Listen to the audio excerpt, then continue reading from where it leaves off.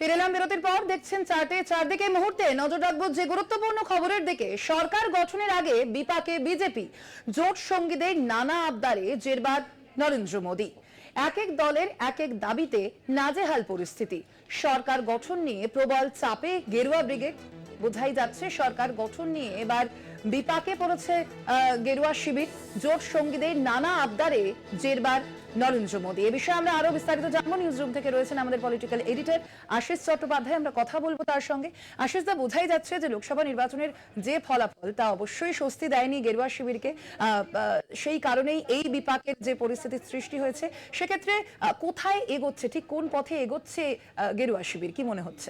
দেখুন, আপনি যেরকম বললেন, বা আমাদের এখানে এই যে এত যুব সমাজ যাদের বয়স আজকে 30 বছর, তাদের অনেকেরই মনে নেই যে ভারতে কোয়ালিশন গভর্নমেন্ট, জোট সরকার দীর্ঘদিন চলেছে।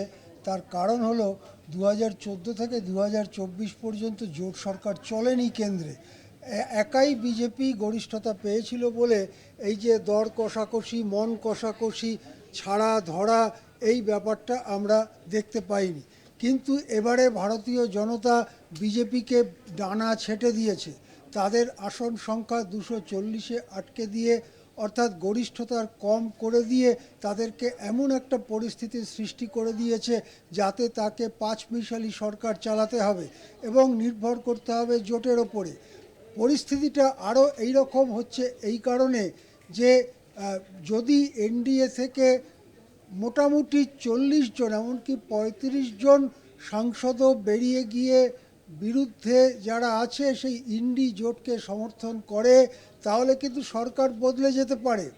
এই রকম একটা অবস্থা যেখানে সৃষ্টি হয়েছে, সেখানে জোট শরিকদের মন বুঝে, জোট শরিকদের একটু যাকে বলে তেল মাখিয়ে এনডিএর মধ্যে না রাখতে পারলে নরেন্দ্র মোদীর গদি টলমল করতে পারে।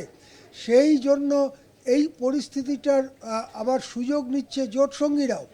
চন্দ্রবাবু নাইডুর তেলেগু দেশম পার্টি, যেটা নানান সূত্র মারফত শোনা যাচ্ছে যে খুব বড় বড় মন্ত্রক চাইছেন, কেন্দ্রীয় সরকার যে হবে তার বড় বড় মন্ত্রক, গুরুত্বপূর্ণ মন্ত্রক চাইছেন। এমনকি সম্ভবত লোকসভার অধ্যক্ষের পদ নাকি তারা চেয়ে বসেছেন। আবার অন্যদিকে জেডিইউ, তাদের যেমন বিহারেও ইন্টারেস্ট আছে, কেন্দ্রেও ইন্টারেস্ট আছে। সুতরাং কেন্দ্রেও তারা বড় বড় পদ চাইছেন, আবার বিহারে মুখ্যমন্ত্রী কুর্সিটাও যাতে শক্তপোক্ত থাকে সেই দিকেও তারা নজর দিয়েছেন। তেমনি এই সিন্ধে পন্থী যে শিবসেনা বা অন্যান্য যে সমস্ত শরিক দল, তারাও সেই একইভাবে করছেন। এগুলো তো নিজেদের সংকীর্ণ স্বার্থ রক্ষার জন্য, কিন্তু এর পাশাপাশি আরও কয়েকটা ব্যাপার আছে।